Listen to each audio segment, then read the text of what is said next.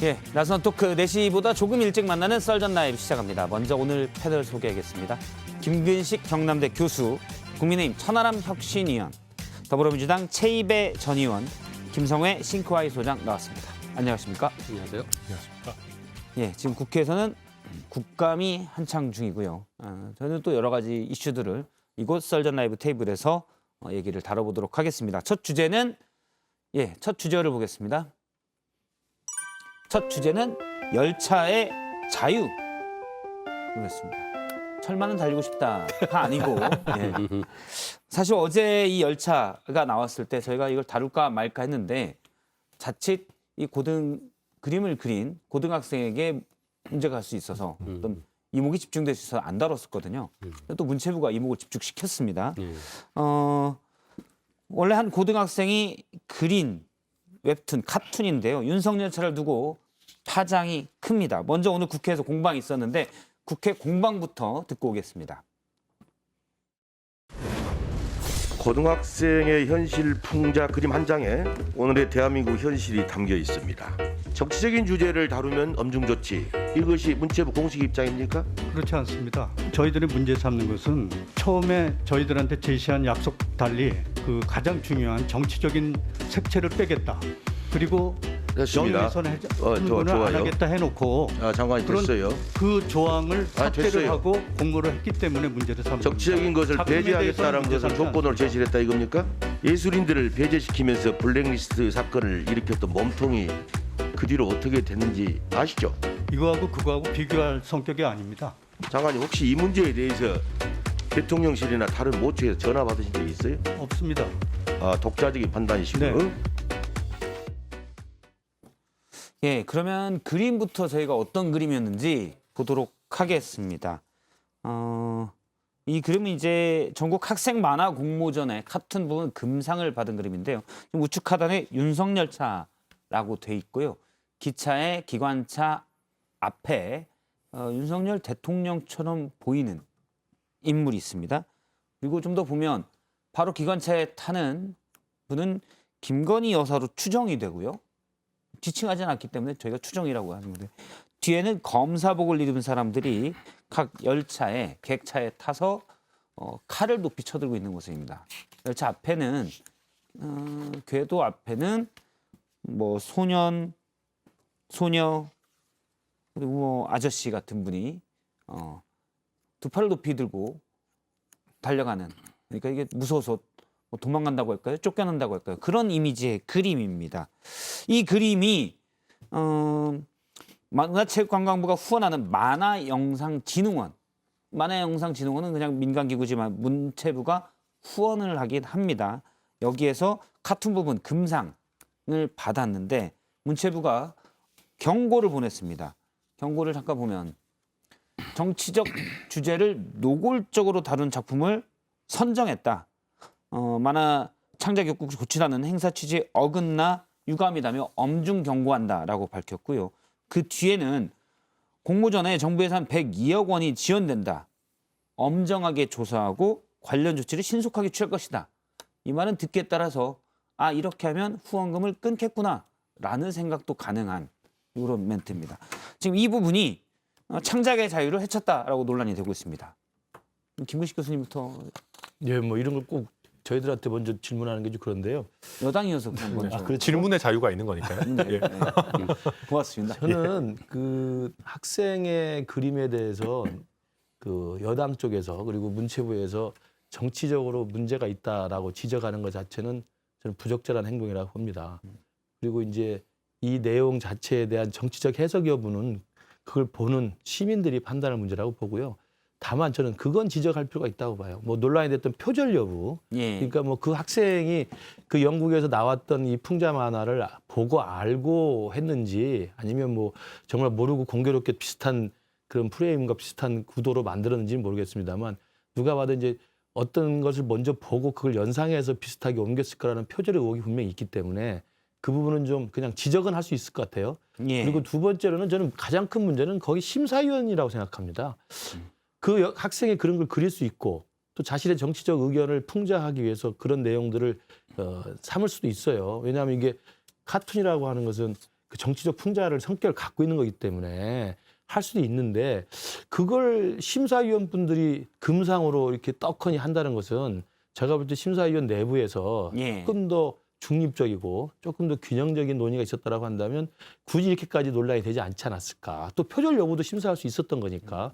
저는 그래서 그 심사위원들 사이에서 이 그림이 금상을 받게 된 그 경위가 그 심사위원분들의 정치적인 중립성, 또 심사위원분들의 뭐라 그럴까 시민의식 이런 것들에 저는 문제가 있다고 생각합니다.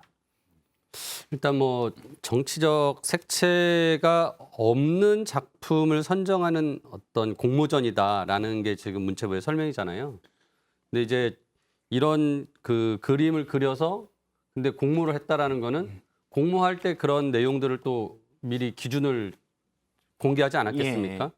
근데 제가 보기에는 그런 절차들이 잘 밟혔는지는 한번 봐야 될 것 같고요. 그러니까 문체부에선 저렇게 주장하고 있지만 실제로는 그런 기준이 없었을 수도 있다라는 생각이 예. 드는 거죠. 왜냐하면은 그런 진짜 기준이 있고 문체부가 협의가 됐으면 처음부터 공모할 때 그런 기준을 제시했을 텐데 그러면은 이런 작품을 출품하지 않았겠죠. 그래서 저는 그 문체부의 지금 해명도 그 명확히 한번 좀 따져봐야 될 부분이 있다는 생각이 들고요.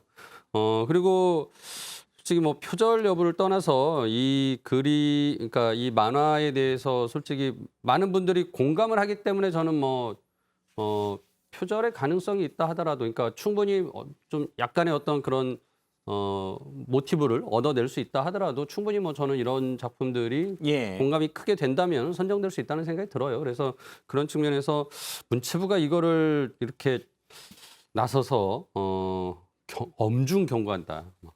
굉장히 무게감을 실었잖아요. 엄중 경고한다는. 엄중 경고한. 네, 그러니까 이제 이런 분위기 자체가 저는 과거에 문체부가 블랙리스트 사건도 있었기 때문에 굉장히 좀 조심스러워 해야 되지 않았을까. 근데 이거 예. 경솔한 반응이었다 생각이 듭니다. 저는 김근식 교수님의 의견에 반대입니다. 반대할 자유도 있으니까요. 그렇죠. 일단 이거 두 분이 저는 평소에 좀 친하지만 이건 의견은 반대다. 네. 예. 일단 이게 표절인지 여부는 저는 중요하지 않은 것 같습니다. 왜냐하면은 이런 식으로 기차의 인물을 빗대서 상황을 이렇게 묘사하는 수법은 꽤 많이 쓰는 겁니다. 이게 약간 표절이라기보다는 하나의 이제 모티브, 아까 말씀하셨지만은 뭐 오마주 이런 형태로 오마주. 이해할 수 있는 거라고 생각하고요. 그리고 심사위원이 꼭 뭐 이렇게 편향되어 있는지 아닌지 그걸 저는 신경 쓸 필요는 없다고 생각합니다. 그 사람들이 심사하는 것도 그 사람들 자유죠. 예술의 예. 영역이니까요.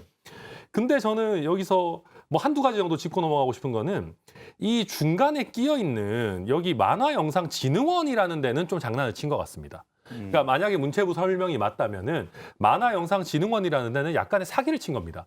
문체부한테는 정치적인 색채 없는 작품 이런 거 위주로 하겠다라고 해서 지원은 받아놓고 만약에 그 공고를 할 때 우리 그 모집 공고를 할 때 그런 얘기를 안 했다면 중간에서 약간 장난을 친 거죠. 이건 문체부 입장에서 문제 제기 충분히 할 수 있는 거라고 생각이 되고요. 예. 다만 정무적으로 좀 아쉬운 거는 그런 겁니다. 이걸 이렇게까지 문체부가 일을 키울 만한 일인가? 이게 우리가 스트라이샌드 효과라고 그 미국의 연예인이 본인이 알리고 싶지 않은 얘기가 뭐 퍼졌다라는 거 가지고 소송을 하다가 오히려 전 국민이 알게 되는 그런 일이 있어가지고 그걸 스트라이샌드 효과라고 하는데요. 이것도 거의 같은 지금 문제가 발생하고 있어요. 이거 괜히 문제 제기하려다가 이 그림만 전 국민이 다 보도록 만들지 않았습니까? 그래서 조금 더 세련된 방식으로 할 수 있었을 텐데 문체부가 이렇게까지밖에 못했나? 뭐 좀 아쉬움은 많이 남아 있습니다. 예. 일단 표절이라는 것부터 좀 하나 짚어보죠. 토마스 앤 프렌즈, 뭐 이게 영미권에 있는 아이들에겐 굉장히 익숙한 얼굴을 크게 그려서 기차를 의인화한 뭐 이런 것이 있습니다. 이제 저희 아들도 굉장히 좋아해요. 예. 애니메이션이죠. 애들은 다 저도 보죠, 어렸을 뭐. 때 네. 애들 저희 그래서 뭐 이제 표절이고 많이 자시고 할 것이 썼었습니다. 없이 그냥 다 저렇게 해서 쓰는 것이라서 저게 어떤 얼굴을 넣는지를 가지고 포인트를 잡는 거라서 영국 거를 베꼈다라고 이야기한 국민의힘 의원님은 기본적으로 이런 영미권의 문화에 대한 소양이 없으신 걸 제가 뭐라고 지적을 하겠습니까? 없는 건 없는 거죠. 다만 이제 여태까지 나왔던 풍자 만화와 달리 예. 기관사가 특정돼 있다는 게 이 만화의 특징입니다. 보면 기관사가. 이제 그 당시에 국회의원 누구인지 모르겠지만 일단 들고 나서 표절이라고 유상범 의원이 들고 나왔었군요. 영국의 카툰을 들고 나서 표절이라고 애절하게 이제 고등학생을 어떻게든 흠집 내려고 하던 장면에서 보면 거긴 트럼프가 뒤 위에 앉아서 석탄을 앞으로 석탄을 던지는 떠는 거죠. 장면이 나와요. 옛날 증기기차는 석탄으로 가는데 속도를 빠르게 가려면 누가 더 석탄을 빨리 퍼넣느냐가 중요했거든요. 그래서 이건 부채질하는 의미였는데 이제 이 만화에서 핵심은 김건희 여사가 윤석열 대통령의 가고 서는 것을 조정하는 기관사에 앉아 있다. 이런 포인트를 줘서 잔잔한 재미를 준 점을 저는 좀 높이 보고요. 근데 이게 이제 중립 문제를 지금 말씀을 하셨는데 저는 이게 중립이 아니라고 생각하시는 것은 대통령의 우파라고 지금 인정하시는 모양새가 취해진다라고 생각합니다. 칼툰의 원래 기본적인 의미는 권력을 가진 정치권을 비판하고 비난하고 이렇게 웃기는 것이거든요. 뭐 예. 우리가 다 갖고 있는 만평이라고 하는 신문에 나와 있는 것들이 다 그 칼툰 아닙니까, 영어로 하면. 그렇다라고 한다면 대통령은 권력자에 대한 비판을 한 것인데 지금 국민의힘에서는 아니야. 우리 대통령은 우파시기 때문에 좌파가 우리 우파를 공격하려고 좌파 심사위원들이 모아서 이런 작품을 1등으로 만들어준 거야. 라는 레토릭 자체가 저는 성립하지 않는다라고 생각하고요. 뭐 100여억 원 예산 얘기는 왜 하는지 모르겠는데 이게 암 랭스 프린시플이라고 해서 팔길이 원칙이라는 게 있어서 이 문화와 관련된 지원을 할 때 정부는 적절하게 거리를 두고 돈을 주고 간섭하지 않는 형태로 하면 이거 사실 그저께 그냥 피식하고 SNS 웃고 넘어갈 문제를 결국 JTBC 썰전 라이브까지 끌고 올라온 이거 뭐 문체부의 공이라고 봐야겠죠. 예. 저는 이제 그 심사위원분들이 어떤 분들인지 저는 궁금하긴 해요. 그러니까 이제 물론 이제 만화 쪽이나 이쪽 카툰 쪽이나 이쪽에 좀 전문가분들이시겠죠. 근데 아마 분명히 성향은 있을 거라고 봅니다. 뭐 성향이 문제가 되는 건 아니지만 그리고 이제 그 이야기했던 그 만화영상진흥원인가요? 여기에 이제 원장으로 되신 분이 민주당 출신 인사로 지금 밝혀져 있기 때문에 아마도 정부 공식 기관은 아니지만 정부의 입김하에 있는 산하기관이라고 한다면 예. 그 만화영상진흥원 원장님의 성향 그리고 그분이 어떻게 했는지 모르겠습니다만 어쨌든 이번에 이 창작 만화제의 심사위원회가 구성이 될 거 아니에요? 이 심사위원회 대부분의 구성들이 저는 좀 궁금하긴 합니다. 썰전 라이브에서 할 수는 없지만 우리 JTBC 기자분들이 좀 취재를 해봤으면 좋겠고요. 그리고 이 상 말고 다른 또 수상작이 어떤 수상작이 있는지 저는 그것도 좀 궁금하긴 합니다. 그래서 물론 다 공정하게 심사를 했던 것에 대해서 전제를 하고 보지만 만약에 제가 이 그림을 만화를 심사하는 심사위원이었다고 한다면 이게 표현의 자유를 떠나서 일단 금상을 주기는 굉장히 좀 그렇죠. 왜냐하면 만약에 제가 심사위원다고 했을 때 이재명 대표나 무슨 민주당을 막 비난하는 풍자하는 이런 것들 노골적으로 그림 올라오면 금상을 주겠다고 생각이 들겠습니까? 저는 그런 면에서는 심사위원회의 정치적인 성향에 대한 의구심이 일단은 좀 그건 좀 듭니다. 바로 확인이 가능할 거라고 예, 생각합니다. 예, 그러니까요. 뭐 예. 법을 지키는 사람들 이런 데서 고발을 할 것이고요. 경찰이 고발까지 할 이유가 있겠어요? 왜요? 지난번에 방통위 같은 경우도 지금 채널에 이제 TV조선이었죠. 점수 매긴 거 이거 지금 감사원에서 선 2번 긋고 점수 다시 썼다고 점수를 바꾼 것이 점수를 조작했다고 해서 지금 고발 조치하지 않았습니까? 뭐 지금 윤석열 정부에서 충분히 가능한 일일 거라고 보고요. 그렇게까지 하면 안 되고 감사원이 또 이 만화진흥원 같은 경우에 또 감사를 지금 시민단체도 우리가 들어갔기 때문에 아니, 충분히 국회도 감사 들어갔고 가능하죠. 지금 시민단체에 대한 감사를 감사위원회 허가도 예. 받지 않고 진행하고 있으니까 거기에 포함시켜서 같이 이제 사법 처리를 하면 되지 않을까 싶어도 그 실체가 다 드러날 겁니다. 그러니까 저는 문체부의 대응이 이 사건을 키운 측면이 아쉬운 면이 있는데 애초에 우리 대한민국이 정상적인 어떤 성숙한 시민의식이 있는 사회라고 우리가 전제를 하면 이 만화 공모전에 심사위원들이 굳이 이 그림을 금상으로 할 필요가 있었느냐는 저는 아쉬움이 있다는 거예요. 이걸 자체를 보고 문제 삼거나 하는 건 아니지만 이게 논란을 일단 촉발시킬 측면이 있잖아요. 그러니까 이게 과연 우리가 모르겠어요. 만화 전문가들이 모여가지고 심사를 할 때, 야, 이거 정말 대작이다. 정말 훌륭하다. 카툰으로서의 정말 창작성과 이 풍자성이 대단하다라고 해서 할 것 같은데, 그러면 다른 수상작은 어떤 것이고, 또 뭐 만화 하신 분이라고 뭐 정치적 성향이 없겠습니까? 뭐 정치 성향이 있는 건 당연히 한 가지겠어요. 그래서 저는 그 심사위원분들의 구성 같은 건 좀 궁금하다는 말씀을 드리는 네, 거예요. 저는 또 여기서 김근식 교수님의 주장에 반대하는 게 저는 지켜보겠습니다. 예, 둘이서 아니 토론하시고. 이거를 정치적인 색깔이 있는 거를 그리는 것도 그분들 자유죠. 그리고 이거를 우리가 뭐 우리의 정치적인 색깔을 가지고 이게 적절하다 부적절하다라고 얘기하는 것 자체가 오히려 저는 좀 부적절하다고 생각합니다. 그러니까 이게 물론 만약 이게 공모 관련한 그 절차를 좀 위반했는지 이런 거는 좀 따져볼 필요 있겠지만 아니 이걸 선정했으면 선정한 거죠. 그리고 이게 그 뭐 창작자의 자유고 심사위원들의 자유죠. 그리고 이런 게 오히려 저희가 잘만 활용하면은요 득점 포인트가 될 수도 있는 겁니다. 사실 이런 거 나왔을 때 또 우리 뭐 대통령실이나 대통령께서 웃으면서 아이 뭐 청소년들이 보기에도 제가 좀 부족한 게 있는 것 같다. 저 더 잘하겠다. 그래서 그분이 다음번에는 더 좋은 그림 그려줄 수 있도록 하겠다. 웃으면서 넘어가면 될 일이에요. 예. 근데 그렇게 할 리가 없잖아요. 그렇게 할 리가 없죠.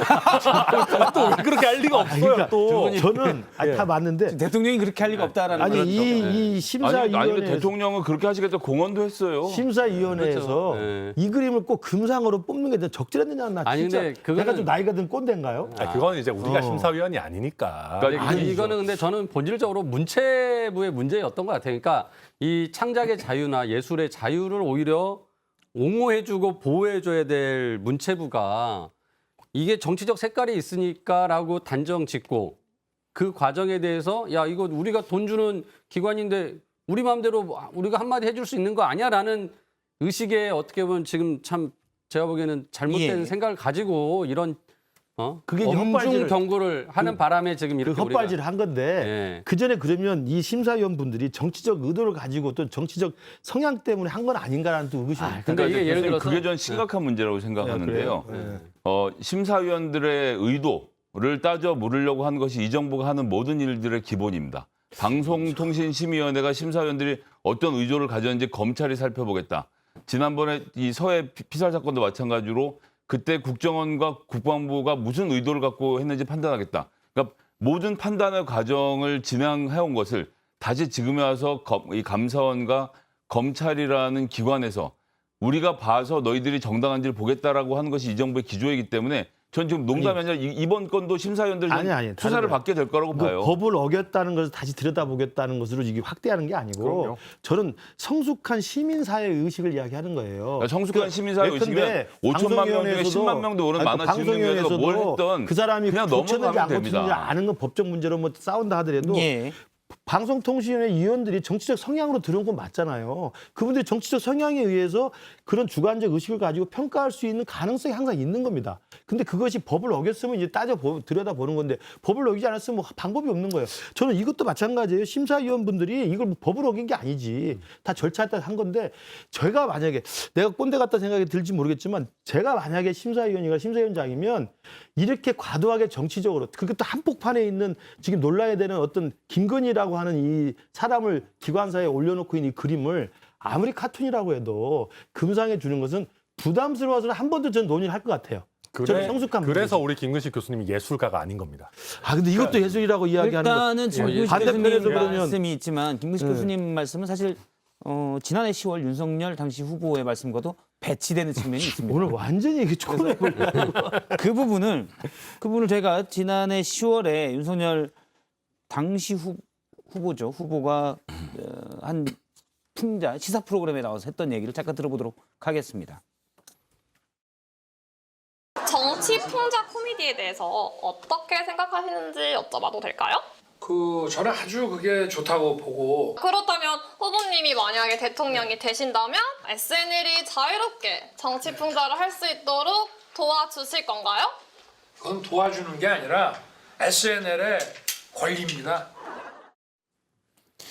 예, SNL의 권리다. 정치 풍자에 대해서 뭐 당연히 좋다고 얘기를 했는데 사실 사회 풍자라는 게 정치 풍자, 권력에 대한 풍자이기가 십상이고 권력은 집권 여당이나 뭐 대통령실 권력의 정점에 대한 풍자가 주로 많지요. 예. 지금 이제 그건 도와주는 게 아니라 SNL의 권리입니다. 이 뒤에는 지금 이제 문체부의 대응을 보니까 대통령님이 한 문장을 숨겨 놓으신 거죠. 예. 하지만 저희도 작가의 성향을 파악해 볼 권리는 있습니다. 그리고 그렇게 지금 하고 있는 것이고요. 작가의 성향을 파악해 볼 자유. 예, 뭐 권리와 자유가 당연히 있다고 생각하고 지금 이 문제도 사실은 아니 도대체 전 이름도 잘 모르는 한국 만화영상진흥원 여기서 이런 상을 줬는지 누가 알아요. 그리고 사실 키득키득대고 넘어가고 이제 끝이었거든요. 이거 지금 전 국민이 알게 해야 될 성질의 문제인지 이게 뭐 이 심사를 예를 들어서 문체부가 주관해서 대통령상을 주고 JTBC가 뭐 해서 여기서 전시회를 했다 그러면 심사위원부터 엄밀하게 따져볼 문제겠지만 이런 진흥원에서 하는 행사까지 심사위원들을 다 살펴보겠다라고 하고 이렇게 되면 근데 전 그게 할 거라고 보거든요. 그리고 내년에 예산도 깎겠죠. 그러면 대통령께서 지금 말씀하셨던 그건 도와주는 게 아니라 SNL의 권리입니다는 그냥 말만 그런 거지 나를 불편하게 할 자유는 너희들에게 없다. 근데 라는 말은 얘기를 맞는 뭐 것 같아요. 공개적으로 하는 것 같습니다. 도와주는 게 아니라 권리입니다. 도와주진 않겠지만 알아서 하세요. 이런 느낌도 돼요. 저는 이제 카툰 그러니까 이제- 작가가 이런 것들을 개인의 창작의 범위에 있는 것들을 그려서 개인전을 하는 것에 대해서는 정말 환영입니다. 그리고 이건 이제 공모전이잖아요. 예. 공모전에 뭐 수많은 이 카툰이 올라왔겠죠. 다 이제 풍자하는 것이니까 뭐 권력에 대한 풍자도 있을 수 있고. 그러나 생각해 보세요. 이런 정도의 좀 어떻게 보면 정치적으로 굉장히 민감한 주제를 정치적으로 과장되게 김건희 여사가 올라와 있고 검사가 칼을 들고 있고 국민들이 무서워 도망가고 제가 볼 때는 과도하고 과장한 풍자예요. 과장된 풍자예요. 그러면 이것이 일상적으로 생각했을 때 우리가 보통 그 언론사에서 보는 그 카툰 있잖아요. 그 한컷 만평. 예. 네. 그것의 진짜 수준도 많죠. 넘어선 거죠. 그렇다면 1등까지 받을 수 있는 게 되느냐. 저는 그런 성숙한 시민의식을 이야기하는 거예요. 그러니까 심사위원분들이 만화 전문가라 심사를 하더라도 오케이 창작의 자유 충분히 좋고 고등학생 여고생이 이렇게 생각할 수 있는 건 충분히 이해가 있고 재밌다. 근데 이게 우리가 생각하는 보통 언론사의 한 컷짜리 만평으로는 적절치 않죠. 무슨 특별한 이슈가 있어가지고 하거나 특별한 사안을 가지고 풍자를 한다면 권력에 대한 풍자예요. 그러나 윤석열이 앞에 얼굴이 있고 김건희가 빵빵 기관사 노래하고 뒤에 검사가 칼 들고 있고 국민들이 막 도망가고 이건 제가 볼 때 정치로 굉장히 과도한 거라는 과도하다. 거죠. 그것을 뽑는 것도 저는 굉장히 좀 의아하다 또 이거예요. 반대하시려고. 아유, 또 반대하려고 하는데 그리고 일단 그만 반대해. 천하람 의원이 예. 바로 반대하니까 최이배 의원님이 할 그래, 할 말씀이 이야기 없죠. 하시- 예. 아니에요. 근데 그냥 구경하고 예. 두 분이 하시는 게 재밌네요 오늘. 아니 근데 더 미워. 그러니까 이거를 우리 김규식 교수님이 봤을 때 이거 뭐 작품 좀 별론데? 하실 수 있어요. 본인의 자유예요. 근데 이거를 국가기관이 나서가지고 이런 거는 적절하지 않다라고 하는 건 좀 다른 문제입니다. 아까 얘기하신 뭐 서해 공무원 피살 사건이라든지 뭐 방송통신위원회 같은 경우는 나름대로 객관화된 행정 절차들이 있습니다. 이게 잘 됐는지 안 됐는지를 아무리 이연령 비연령이라고 해도 나름의 규정이 있어요. 근데 예술 작품은 이걸 어떤 객관적인 틀에 넣어서 심사할 수 있는 게 아닙니다. 그래서 예술 작품에 대해서 저희 정부 기관이나 권력이 개입하는 거는 조심해야 된다라고 하는 근본이 그런 거거든요. 이거는 뭐 정답이 있는 문제가 아니니까. 그래서 이거에 대해서 이 작품을 뽑은 게 잘 됐다 안 잘 됐다 심사위원들이 어떤 의도를 가졌다라고 심사하기 시작하면 그거 자체가 저희가 문화를 옥죄는 겁니다. 그래서 예. 이거를 잘 따져봐야 되고 저는 한 가지 더 바로잡아야 되는 부분은 문화부에서 여기다가 이걸 줄 때 정치적인 건 빼라라고 했다고 하지 않습니까? 아니면 뭐 이쪽에서 문체부에다가 빼겠다라고 했는지 앞으로는 정치적인 걸 넣겠다 빼겠다라고 하는 거에 이런 조항 자체를 없애버려야 된다. 그렇죠. 생각해요. 예. 우리의 삶에서 어떤 부분은 정치적이고 어떤 부분은 정치적이지 않다라고 얘기할 수 있는 게 있습니까? 예를 들면 뭐 저출산 고령화에 대한 담론을 그린 그림을 그렸다고 합시다. 그럼 그게 정치적인 겁니까? 아닌 겁니까?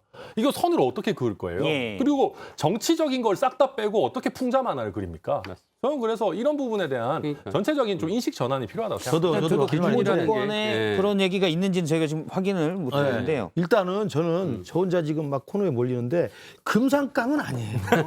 어떻게 금상감이 됩니까? 풍자가 무슨 통쾌한 것도 아니고 뻔히 아는 특정 성향의 정치적 의도가 보이는 듯한 일관된 프레임에서 윤석열 대통령이 앞에 있고 김건희가 몰고 가고 검사가 칼 들고 있고 국민이 도망간다는 그림을 이야기를 자세하게 얘기해 주고 계시네요. 아니 그러니까 이야기를 어떻게 금상감이라고 심사를 하냐고요. 나는 그래서 근데- 성숙된 그 만화 업계의 그 성숙된 시민의식에 따르면 이 그림을 인정하고 존중할 수는 있지만 금상감이라고 하는 것은 제가 볼 때 다분히 의아하다. 저는 이건 양보할 수가 없습니다.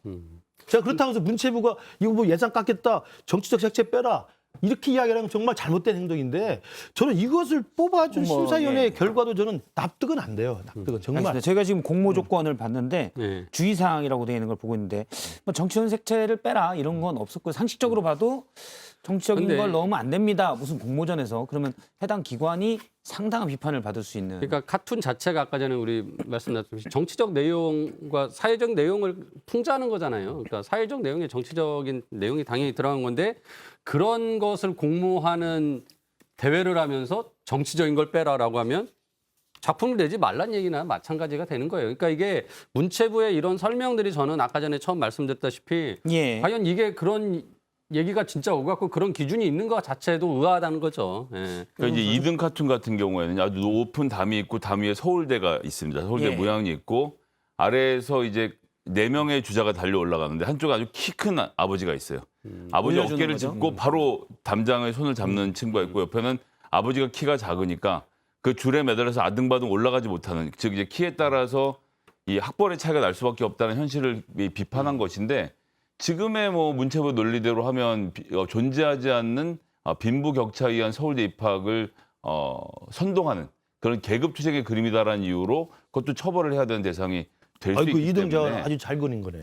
네. 그러니까 그리고 그런 게 그게 풍자죠. 해석도 나와요. 그 네. 이등작 같은 경우는 그렇게 올려주는 서 있는 사람이 또 조국 교수를 이게 어떻게 보면 모티브 딴 거 한 거 아니냐라는 네. 해석도 나오거든요. 그러니까, 그래서 이게 아니, 뭐 그러니까 보는 사람들이 판단하는 겁니다. 그리고 저는 뭐 우리 김규식 교수님이 오늘 그 부분에서 좀 약간 몰리고 있지만 저는 그 심사위원들도 그런 부분을 다 감안해서 평가했을 거라고 봅니다. 그래서 왜냐하면 문화예술계에도 네. 창작의 자유, 표현의 자유겠지만 문화예술계 있는 사람이 굉장히 정치적인 분들이 또 굉장히 많습니다. 그럼요. 그러니까 저는 이제 그게 의아해서 혹시나 해서 말씀드립니다. 원래 이제 문학 저도 문학은 문과니까 근데 순수 문학, 참여 문학 이렇게 또 해서 참여 문학은 사회 풍자나 사회에 대한 메시지를 내곤 했죠. 근데 조건에 이런 게 있네요. 그 만화영상진흥원의 조건에 공모 조건에 모든 작품은 순수 창작 작품이어야 하며 저작권에 문제가 없어야 함.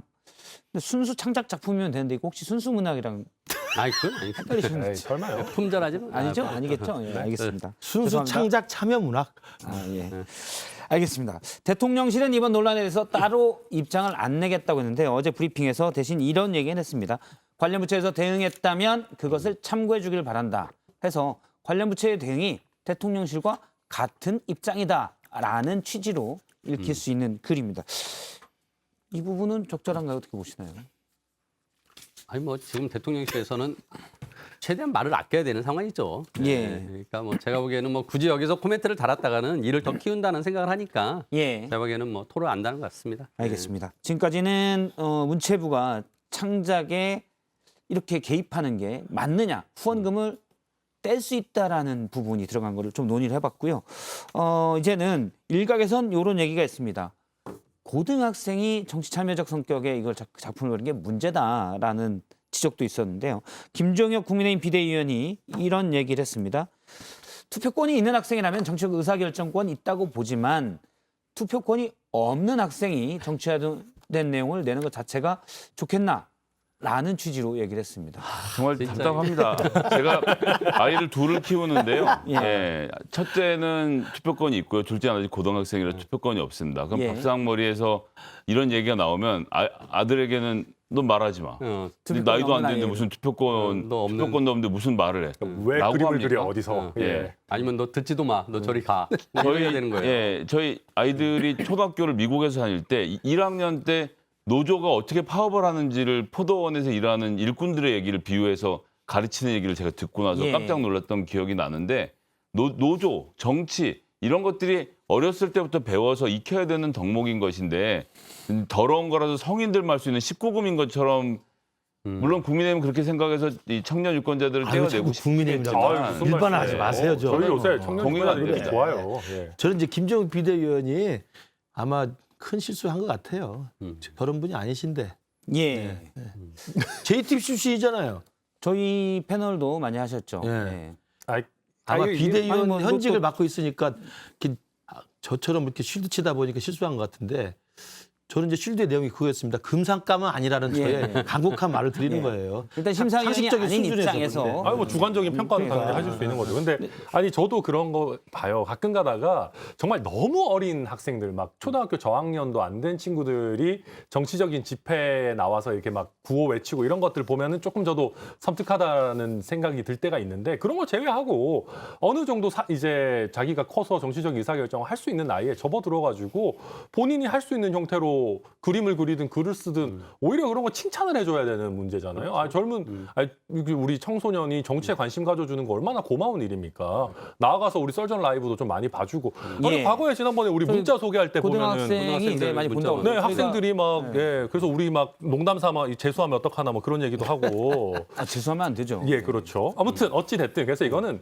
장려해 줄 일이고 오히려 이런 친구들 저희가 어떻게 저희 당을 지지하게끔 만들까를 생각해야 되는데 좀 부적절한 발언이 그냥 이분은 그냥 꼰대. 증명을 뭐 스스로 하신 거예요, 이번에. 웹툰 협회는 이런 입장을 냈습니다. 나이 어린 학생이 문제라고 만약에 문체부에서 지적을 한다면 3.1 만세운동 당시에 유관순 열사의 나이는 만 16세였다. 예. 4.19 혁명 때도 수송초등학교에서도 시위에 참여하고 그랬어요. 예, 맞아요. 그렇죠. 조숙했죠. 그러네요. 그러니까 저도 초등학생 폄하 발언도 그것도 취소하겠습니다. 약간 위험했어. 네. 그러니까 예. 사실은 자신 스스로의 자기결정 능력을 가지고 정치 사안이나 사회 현상에 판단할 수 있으면 뭐 누구나 할 수 있는 거죠. 예. 그러니까 김종혁 비대위원이 아마 현직 비대위원이다 보니까 뭐 좀 괴로운 입장이 있었던 것 같아요. 이준석 대표도 이 나이 논란에 대해서 한마디를 했습니다. 고등학생과 대학생이면 나이 차이도 얼마 안 날 것 같은데 만화로 정치 생태를 풍자하는 것은 경고의 대상이 되고 서슬퍼렇던 시절에 쿠데타를 일으킨 대통령에게 모의 재판에서 사형을 구형한 일화는 무용담이 되어서는 같은 자태라고 하기 어렵다. 뒷부분은 윤석열 대통령을 얘기한 거죠. 예. 과거에 모의 재판에서 사형을 구형했다는 걸 얘기했는데 그거는 영웅담으로 보면서 불과 몇 살 어린 고등학생이 정치 풍자 만화를 그린 게 왜 문제냐라는 취지입니다. 그러니까 뭐 윤석열 대통령이 아까 전에 SNL에 그런 사회풍자가 권리다라고 말씀하시고 또 본인이 대학 시절에 이렇게 모의 재판을 하면서 전두환 대통령에게 사형을 구형했다는 예. 거잖아요. 그러면서 그래서 뭐 그때 이제 또 외가로 뭐 피신을 뭐 3개월인가 갔다 왔다 뭐 이런 얘기를 무용담으로 했는데 그러니까 저희가 지금 윤석열 대통령이 내뱉은 말마저도 지금 부인하는 상황을 지금 국민의힘이 계속 만들거나 또는 내각에서 그런 모습을 보이고 있는 것이 제가 보기에는 이게 너무 뭐랄까 지금 조바심이나 예. 위기감이나 이런 것들이 이제 나타난 발로 아닌가 싶어요. 그래서 좀 정부 여당이 아무튼 잘 해야 되는데 못하고 있는 상황에서 계속 실수를 하고 있다. 그래서 안타깝고 뭐 이 일단, 부분은 대통령이 뭐 한 말씀 하셔도 좋을 것 같아요. 진짜. 앞서 이제 천하람 의원이 그 대통령 이런 거 좋은 지적이다. 그렇죠. 이렇게 참고하겠다. 네. 근데 요즘 뭐 보도도 나는데 대통령이 요즘 분위기가 많이 화가 나 있으시다고. 천하람 의원은 잘 모를 거예요. 예, 뭐 제가 거기에 대해서 뭐 죄송합니다. 알면 이렇게 아, 못하지. 그래. 저는 뭐 저 때문에 화가 나셨지 않기만을 바랄 뿐입니다. 알겠습니다. 사실 여기 계신 분은 이렇게 가까우실 분이 아닌데 제가 잘못 죄송합니다. 예, 가깝지 않다고 단정 칠 필요는 없죠. 알겠습니다. 말하지 못하는 부분도 있어요. 말 좀 해주세요. 저희가 라이브인데. 어떻게 합니까? 김식 교수님은 보면 가끔 소통을 이렇게 하시는 것 같더라고요. 네, NCND. 네, 알겠습니다. 이거 하나 더 짚고 넘어가도록 하겠습니다. 오늘 감사원에 저희가 항상 논란이 됐다고 다뤘던 유병호 사무총장이 이관섭 대통령실 국정기획수석에게 문자 메시지를 보내는 장면이 포착이 됐습니다. 국무회에서 보내는 건데요. 저 문자입니다. 아침에 보내는 건데 제가 확대해서 보면 또 확대가 잘 되지요. 확대를 해서 보면 이런 화질 좋아요 내용이 써 요즘. 있습니다. 오늘 또 제대로 해명 자료가 나갈 겁니다. 무식한 소리 말라는 취지입니다. 라는 얘기로 지금 나갑니다. 근데 감사원이 독립기관이라고 했는데 정책기획수석이면 국정기획수석이면 사실은 지금 청와대 용산 대통령실 수석 중에 가장 높은 자리 아닙니까? 바로 해고해야죠. 이 정책기획수석하고 그다음 유병호 사무총장은 즉각 해임해야 합니다. 왜냐하면 대통령께서 말씀을 이미 하셨죠. 감사원은 헌법기관이고 독립적으로 운영되는 기관이라고 어저께 말씀을 하셨고 예. 그 진의를 모든 국민들이 믿고 있는 상황에서 심지어 보도자료 내보내는 것까지 전부 다 지금 유병호 사무총장이 대통령실에 그것도 수석에게 직접 보고를 하고 있었다라고 하면 국민들은 당연히 의심하게 됩니다. 그럼 뭐 이런 보도자료 나간 사안도 상의를 했는데 문재인 대통령 서면조사는 당연히 상의를 했겠구만.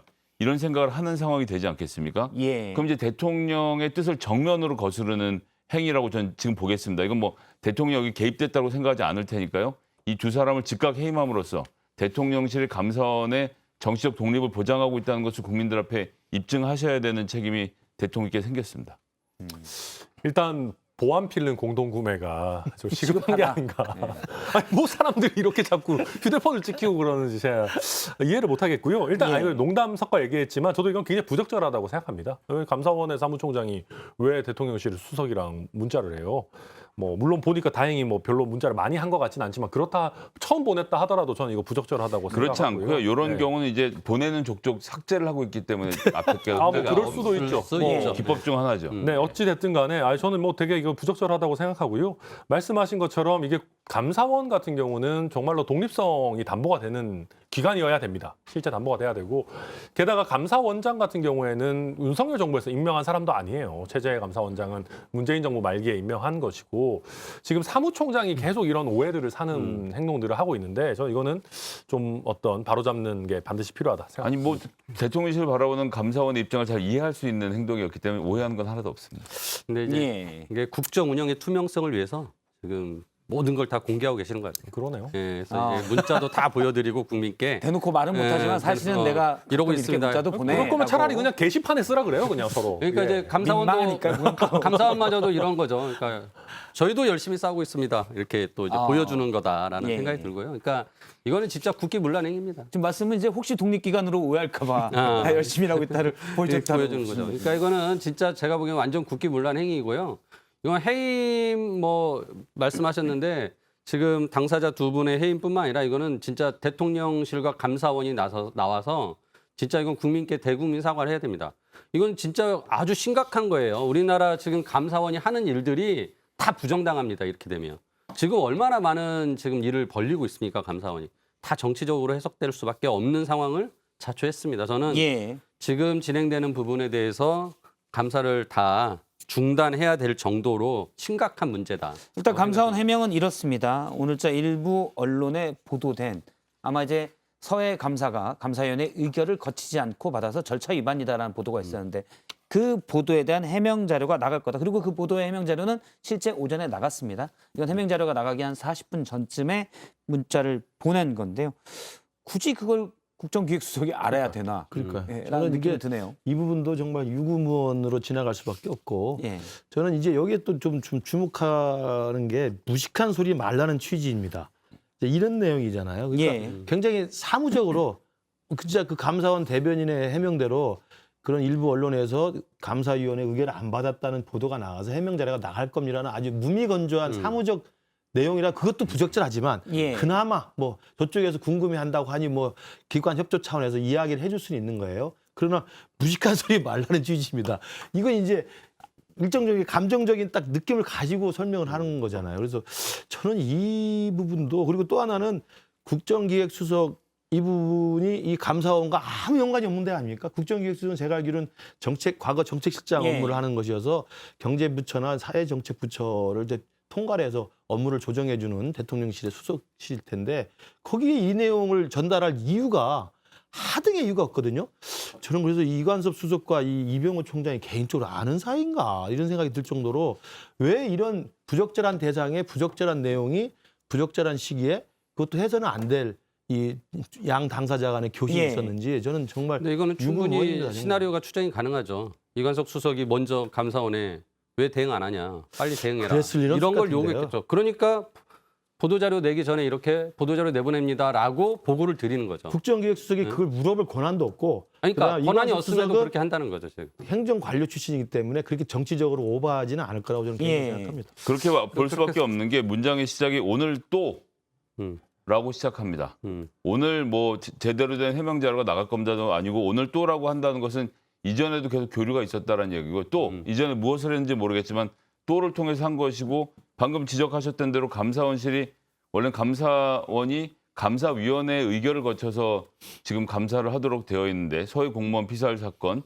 그리고 시민단체 이 지원에 관한 건 등 3건에 대해서는 갑자기 감사를 시작했고 대변인은 감사원장의 결정, 이 독단적인 결정으로 했다고 말했는데 유병호 지금 사무총장은 아니다.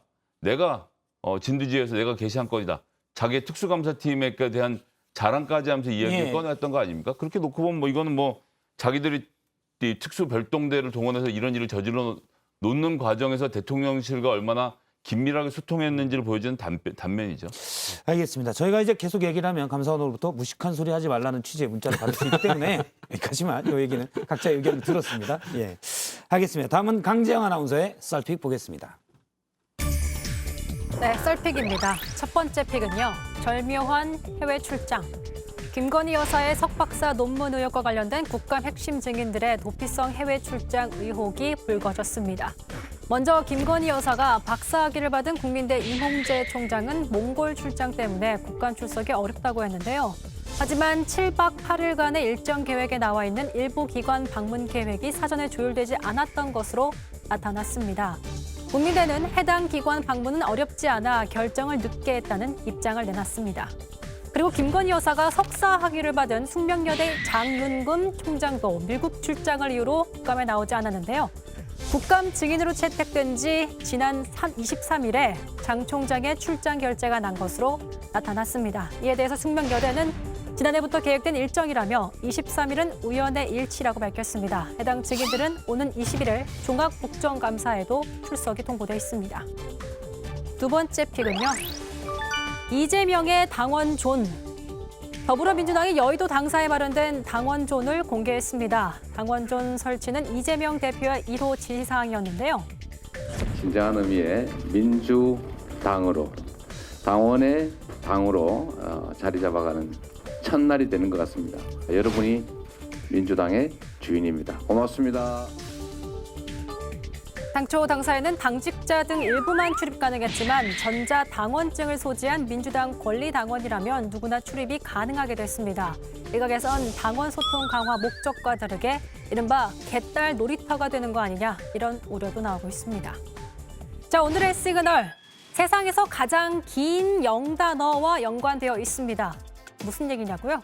썰러토크 끝나고 시그널에서 확인하시죠. 여러분이 픽한 오늘의 썰 무엇인가요? 예, 일단 뭐 뉴스룸에서도 보도가 됐지만 증인 김건희 여사의 논문 관련돼서 증인으로 채택된 분들이 출장을 부랴부랴 잡아서 갔다 이런 논란이 있었습니다. 어떻게 보시는지요? 국정감사가 아니더라도 전체 회의 때 증인을 부를 수 있습니다. 뭐 이번에 바빠서 못 오신 분들은 다음번 전체 회의 때 부르면 되거든요. 국정감사를 너무 강조할 필요 없이 저희가 무슨 뭐 이분들을 망신 주고 괴롭히려고 부르는 게 아니지 않습니까? 그러니까 이 다음번에 전체 회의가 잡힐 때 증인 채택을 해서 모시고 와서 말씀 좀 상세하게 들으면 될 것 같습니다. 예. 이제 야당이 여유까지 보이는군요. 일단 당원존, 민주당에서 당원존을 만들었는데 물론 원론적으로는 취지가 상당히 좋다는 평가도 많지만 실질적으로는 또 그러면 강성 당원이 휘둘리는 것 아니냐라는 지적들도 있습니다. 어떻게 보세요? 네, 이거 뭐 언제까지 갈지 한번 보죠. 만약에 당원들이 등을 돌린 후에도 이렇게 하는지를 좀 지켜봐야 될 것 같고요. 민주당의 주인은 당원이다. 좋은데 이낙연 전 대표를 지지했던 일군의 당원들, 제가 알기로는 당시 윤석열 후보를 지지했다는 이유로 막 제명 엄청 하고 있는 걸로 알고 있습니다. 그런데 이게 과연 민주적인가라고 할 수 있고 또 한 가지는 근본적으로요. 민주당원만 민주당의 주인이 아니에요. 민주당 아마 재정 중에 절반 이상은 국고보조금일 겁니다. 당원이 민주당의 주인이다. 당원만이 민주당의 주인이다라고 생각하면은 민주당 앞으로도 선거 다 질 겁니다. 근데 저희가 이래가지고 잘 모르겠습니다만 어찌됐든 예. 네 그렇습니다.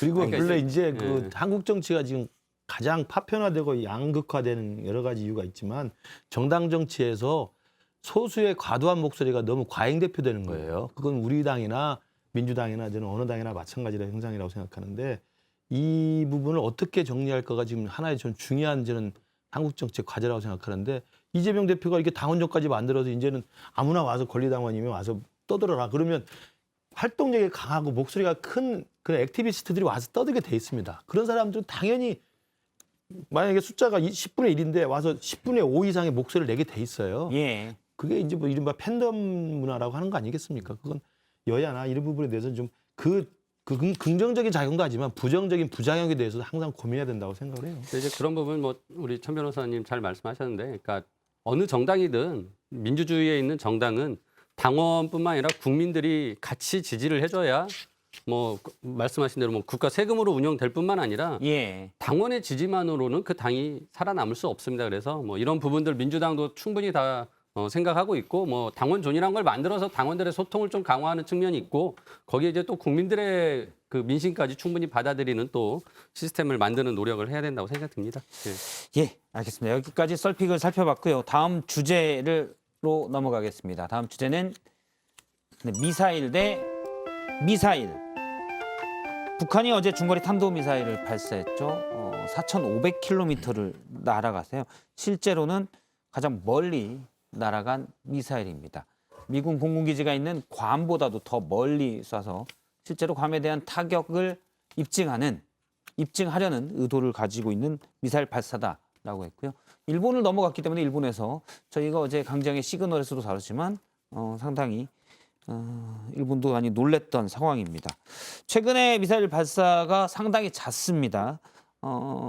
최근 약 열흘간 5번이나 쐈는데 이번 거는 그 앞에 4번은 단거리 탄도미사일이었는데 이번은 중거리 탄도미사일을 발사했습니다.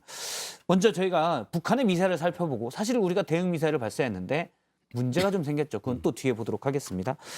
먼저 김근식 교수님이 또 이게 북한 전문가시니까 어떻게 보십니까?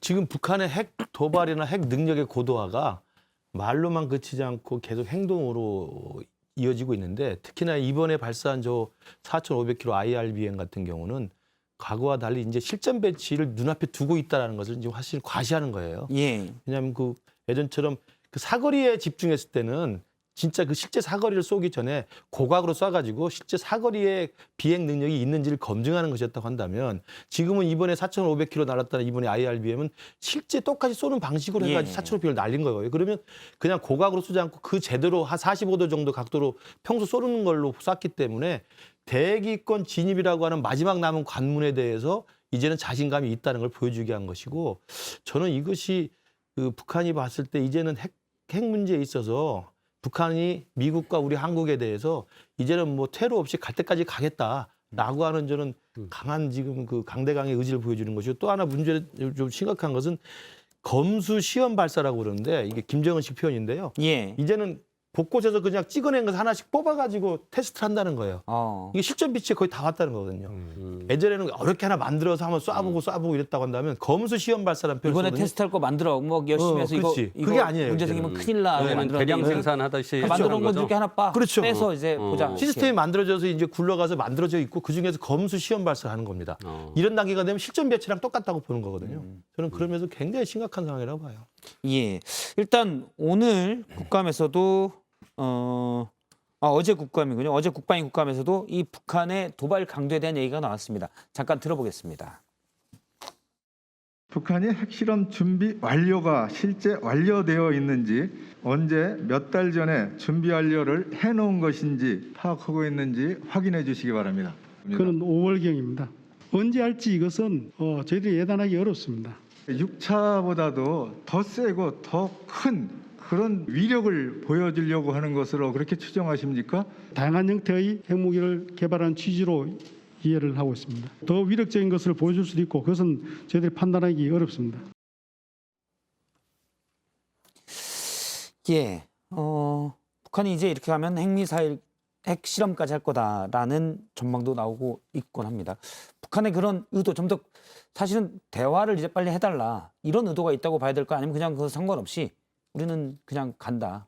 대화를 원한다고 하지만 그 대화는 김정은이 용납하는 대화여야 되는 거죠, 이제는. 예. 그러니까 미국이나 한국 측에서 원하는 대화의 의제나 대화의 방식은 절대 아니고 이제는 북한도 동의할 수 있는 김정은도 용납 가능한 대화를 전제로만 한 것이고 그게 아니면 대화는 없는 겁니다. 예. 그래서 이게 강대강의 구도인 건 오래된 일이지만 과연 이 핵 문제를 어떤 방식으로 어떻게 풀 수 있을지에 대해서는 이제는 패러다임의 근본적인 변화를 모색할 때가 됐다고 생각을 해요. 알겠습니다. 근데 이런 문제도 생겼습니다. 우리 군이 대응 사격을 했는데요. 2발을 쐈는데 한 발이 비정상적으로 떨어져서 기진에 떨어졌습니다. 제보 영상들이 많이 있는데요. 강릉에 기지 내로 떨어져서 거기서 섬광과 함께 폭발이 났습니다. 큰 폭발음이 들렸고, 예. 또 올라간다. 그럼 어제 쭉 강릉 공군기지에서 현무2를 동해상으로 대응해서 쏜 겁니다. 그런데 낙탄 사고가 나서 저렇게 큰 불이 나고 폭발음이 들렸죠. 강릉 시민들이 밤새 불안했다고 합니다. 이게 뭔 일인가라고 소방서에도 물어보니까 답을 해줄 수가 없다고 그러고 군은 특정 시간 7시로 기억을 하는데 아침 7시까지 엠바고를 해서 그때까지 상황에 대해 설명을 하지 않았습니다. 이건 어떻게 보세요?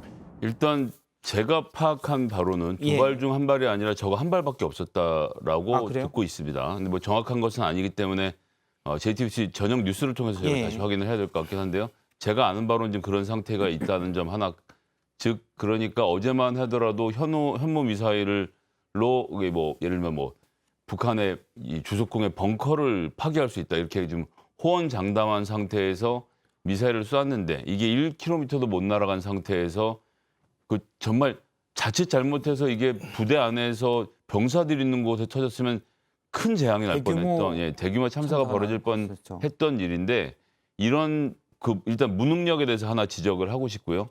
그다음 두 번째는 천만다행으로 불만 나고 끝났으면 어젯밤에라도 그러니까 엠바고를 거는 뭐 여러 가지 사정은 알겠습니다. 예. 군은 그러고 싶어하죠. 그래서 대통령실이 있고 국정상황실이라는 게 있는 겁니다. 우리가 내용을 다 공개하라고 한 게 아니지 않습니까? 그러니까 현무 미사일 성공하고 실패하고 이게 중요한 게 아니라 군이 작전 중에 사고가 생겨서 불이 났고 그런데 인명 피해는 없었다. 주민들은 안심하시기 바란다 정도만 대통령실에서 메시지를 정리해서 내보냈으면 예. 그럼 뭐 그냥 무슨 뭐가 사고가 났나 보다 하고 주민들이 잤을 텐데 아침에까지 저렇게 엠박을 묶어두고 사실 알고 보니까 저런 내용이었다는 것을 이제 말하는 것은 전 국방부 책임이 아니고요. 전적으로 대통령실 책임이고 이 대통령실은 24시간 지금 국정 상황을 체크하고 있는지 정말 되묻지 않을 수가 없습니다.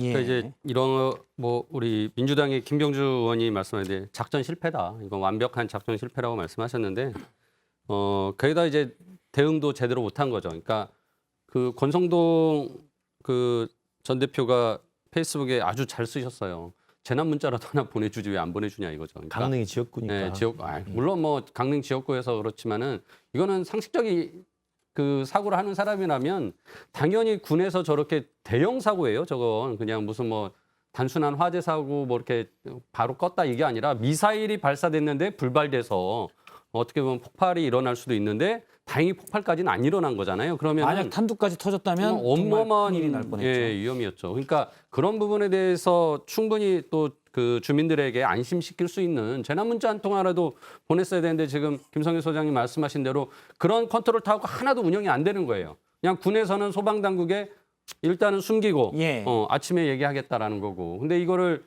제대로 대통령실이 파악하고 행안부에다가 통보해서 재난 문자라도 보내게 했으면 국민들이 이렇게 불안에 떨 필요가 없는 거죠. 네, 뭐 권성동 원내대표께서 전 원내대표께서 강릉을 챙기는 심정으로 우리 전국 토를 챙기신다면은 훨씬 더 또 큰 정치인으로 자리매김하실 수 있지 않을까 생각이 듭니다. 예. 사실 바로바로 알리고 사실 어떻게 보면 의사결정이 바로바로 됐으면 강릉 그렇죠. 시민들에게도 바로바로 알렸을 텐데 그런 게 잘 안 되지 않았나라는 분위기도 있습니다.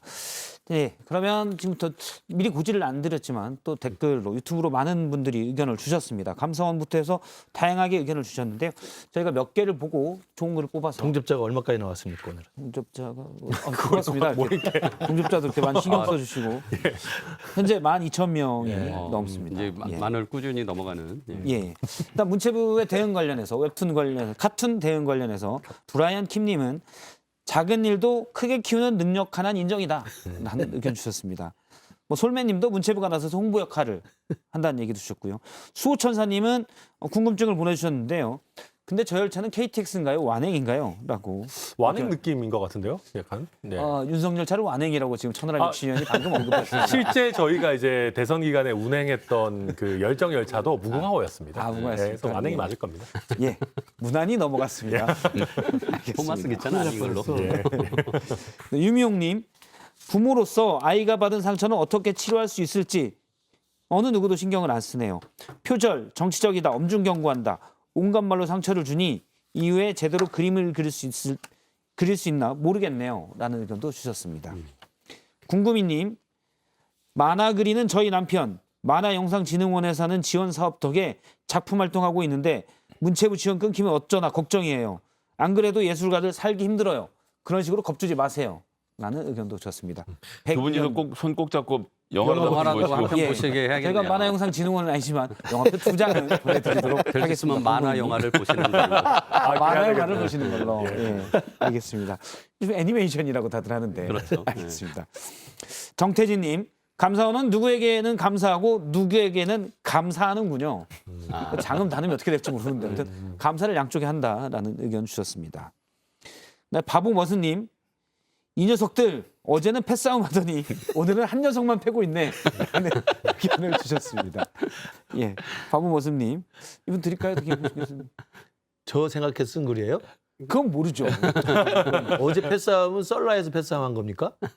어제 엄청 싸우셨다고 저도 들었습니다. 예, 어제 그럼 2대1로. 말네. 드려요 그러면. 알겠습니다. 고맙습니다. 어제 연습 봐주시네요. 예, 어제 김근식 교수님 장성철 추천으로. 소장이 드물게 윤희석 대변인 편을 들어서 2대2로 싸웠거든요. 아, 그래서 예. 어제는 패싸움이었군요. 오늘은 일방적인 싸움. 오늘은 1대3이었습니다. 아, 고생하셨습니다. 요즘 용산이 약간 좀 더 타이트하지 않았다는 느낌을 제가 어제 조금 받았습니다. 아, 그런 면에서 우리 저기 김근식 교수님 유료 차원에서 영화를 그다음에 정화윤님 토요일에 한성백제 문화재에서 식사하러 갔다가 막걸리 마시느냐 아니고요. 마시는 김근식 교수님 실제 배웠는데 진짜 옆집 아저씨 같았음. 아, 그분 드려야 되는데 그러면. 아, 지역도 챙겨드려야 되는데 이거는 저기 김근식 제 사비를 교수님 드려서라도 그렇지, 드려야 돼요. 정화윤님은 그 출연료에서 예. 송파갑 사무실로 연락. 송파병. 송파병 죄송합니다. 예, 예. 자꾸 강동갑이랑 헷갈려서 송파병으로 연락하시면 교수님 받을 지금 수가 검찰에서 제3제 뇌물죄 검토하고 있을 수 있습니다. 민원을 해결하실 능력은 없으니까요. 예. 아, 그 말이 더 심해.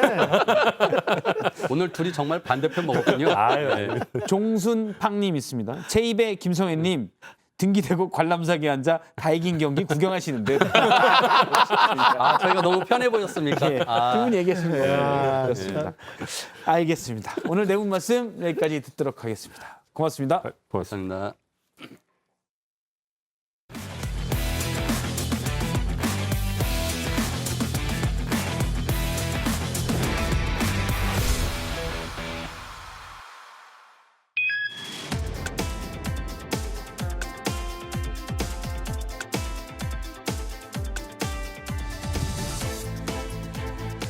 뉴스 속 시그널을 찾아 짚어봅니다. 강재영의 시그널 시작합니다.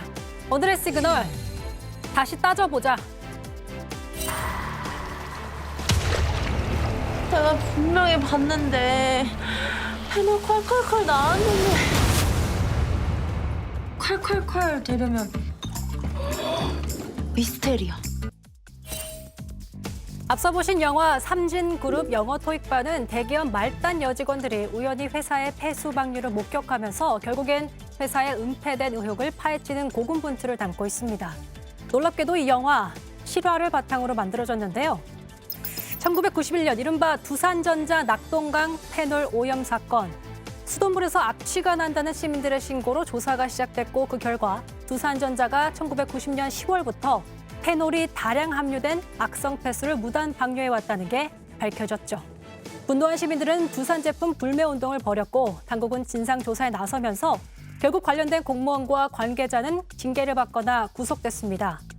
환경사고로는 유례없는 문책 인사를 단행한 사례이기도 합니다. 지금까지도 기업의 윤리가 얼마나 많은 사람의 건강과 안전에 영향을 미치는지 알려주는 대표적인 사건이라고 볼 수 있는데요. 그로부터 30년이 지난 최근 이런 소식이 있었습니다. 지난주 JTBC에서 단독으로 보도드린 내용이었는데요. 먼저 어떤 일이 있었는지 보고 오시죠. 강원도 영월 쌍용리의 한 초등학교 앞입니다. 학교 뒤쪽을 보시면 저렇게 대형 시멘트 공장이 있는 것을 볼 수 있습니다. 이곳에서 700m, 마을 중심에선 불과 400m밖에 떨어져 있지 않습니다. 반경 5km의 대형 시멘트 공장만 3곳, 10km 거리에도 또 다른 공장이 있습니다. 환경부는 지난 2007년부터 강원, 충북 11개 공장 근처 주민 10,000명을 대상으로 건강 영향 평가를 했습니다. 34명이 진폐증, 932명이 만성 폐쇄성 폐질환 판정을 받았습니다. 환경부 분쟁조정위원회는 3개 지역 주민 81명에게 7억 5천만 원을 배상하라고 결정했습니다. 하지만 공장들은 소송을 냈고 대법원에서 이겼습니다. 주민들이 아프다는 자료는 있었지만 시멘트 공장 때문이라는 게 부족했기 때문입니다. 그래서 정부가 패소한 주민들을 상대로 건강 영향 평가를 다시 조사해서 인과관계를 따져보겠다고 나선 겁니다. 그리고 어제 나온 보도를 보면 시멘트 업체들이 주민들에게 더 이상 문제 삼지 말라는 조건으로 합의서를 써달라며 접근한 사실이 밝혀지기도 했습니다. 우리가 이 사건을 주목해야 하는 건 대법원 판결까지 난 사건을 정부가 이례적으로 다시 조사한다는 겁니다. 하지만 애석하게도 다시 조사를 벌이더라도 인과관계 입증은 정말 쉽지 않을 수 있습니다. 이 사례를 한번 보시죠. 조용하고 깨끗한 시골 마을이었던 이곳에 소각장이 들어선 이후 주민들이 하나둘 원인 모를 병에 걸려 세상을 떠났다. 이런 얘기 나오고 있습니다. 조사 결과 지난 10년 동안 마을 주민 60명이 암으로 사망했고 그중에서 31명은 폐암 사망자였습니다. 이에 따라 주민들은 지속적으로 정부에 청원했고 환경부가 국내 처음으로 건강 영향 조사를 실시한 바 있습니다. 하지만 환경부는 소각시설과 암 발생 간의 관련성을 인정하기 어렵다는 결론을 내놨는데요. 부기면 주민들이 오랜 기간 일부 유해 물질에 노출됐고 소각장이 원인일 가능성은 인정하면서도 직접적인 연관성은 입증하기 어렵다는 게 이유였습니다. 직접적인 연관성 입증 관련해서 전문가는 이렇게 얘기합니다. 증거도 기업 쪽에 좀 편중돼 있잖아요. 그거를 주민들이 그런 자료를 다 수집하는 것도 쉽지 않고 주민들이 질병이 발생했다는 그 과정을 입증하는 게 어렵기 때문에 현실적으로 주민들이 승소할 가능성이 그렇게 높아 보이지 않은 거예요. 환경영향 평가를 통해서 인과관계가 입증이 된다고 하더라도 자발적으로 배상을 해주지 않는 이상 동일 사건이라면 소송을 다시 제기하기 좀 어려운 상황이거든요. 기업과 상대하는 주민 입장에서는 질병 피해를 인정받기도 어렵고 인정받더라도 제대로 된 지원 시스템이 없는 게 현실인데다가 인과관계를 입증하더라도 소송을 다시 제기하기도 어려운 상황이라는 겁니다. 일각에선 정부의 책임을 묻는 목소리도 있습니다. 기업이 환경과 관련된 기준을 충족한다고 해도 일부의 허술한 기준 자체가 문제가 되고 있다는 겁니다. 실존 인물 에린 브로코비치의 일생을 각색한 영화 에린 브로코비치입니다. 그녀는 법을 전공한 것도 아니고 그저 한 소시민에 불과했지만 크롬 유출로 병든 마을 주민들과 함께 싸워 결국엔 PG&E라는 대기업을 상대로 승소해냅니다. 진폐증, 영어 단어인데요. 현존하는 가장 긴 영어 단어로 알려져 있습니다. 마치 호흡곤란, 기침과 같이 길게 지속되는 마을 주민들을 괴롭게 했던 진폐증의 증상과 닮아 있습니다. 환경부가 다시 추진하는 건강 영향 평가로 영화 에린 브로코비치와 같은 극적인 결과를 기대하긴 어렵겠지만 정부의 이례적인 재조사 의지가 변화를 만드는 계기가 되어줄 수 있지 않을까요? 강지영의 시그널이었습니다. 네, 오늘 썰전 라이브 여기까지입니다. 계속해서 정치부 회의가 이어지고요. 저희는 내일 다시 찾아뵙겠습니다. 시청해주신 여러분 고맙습니다.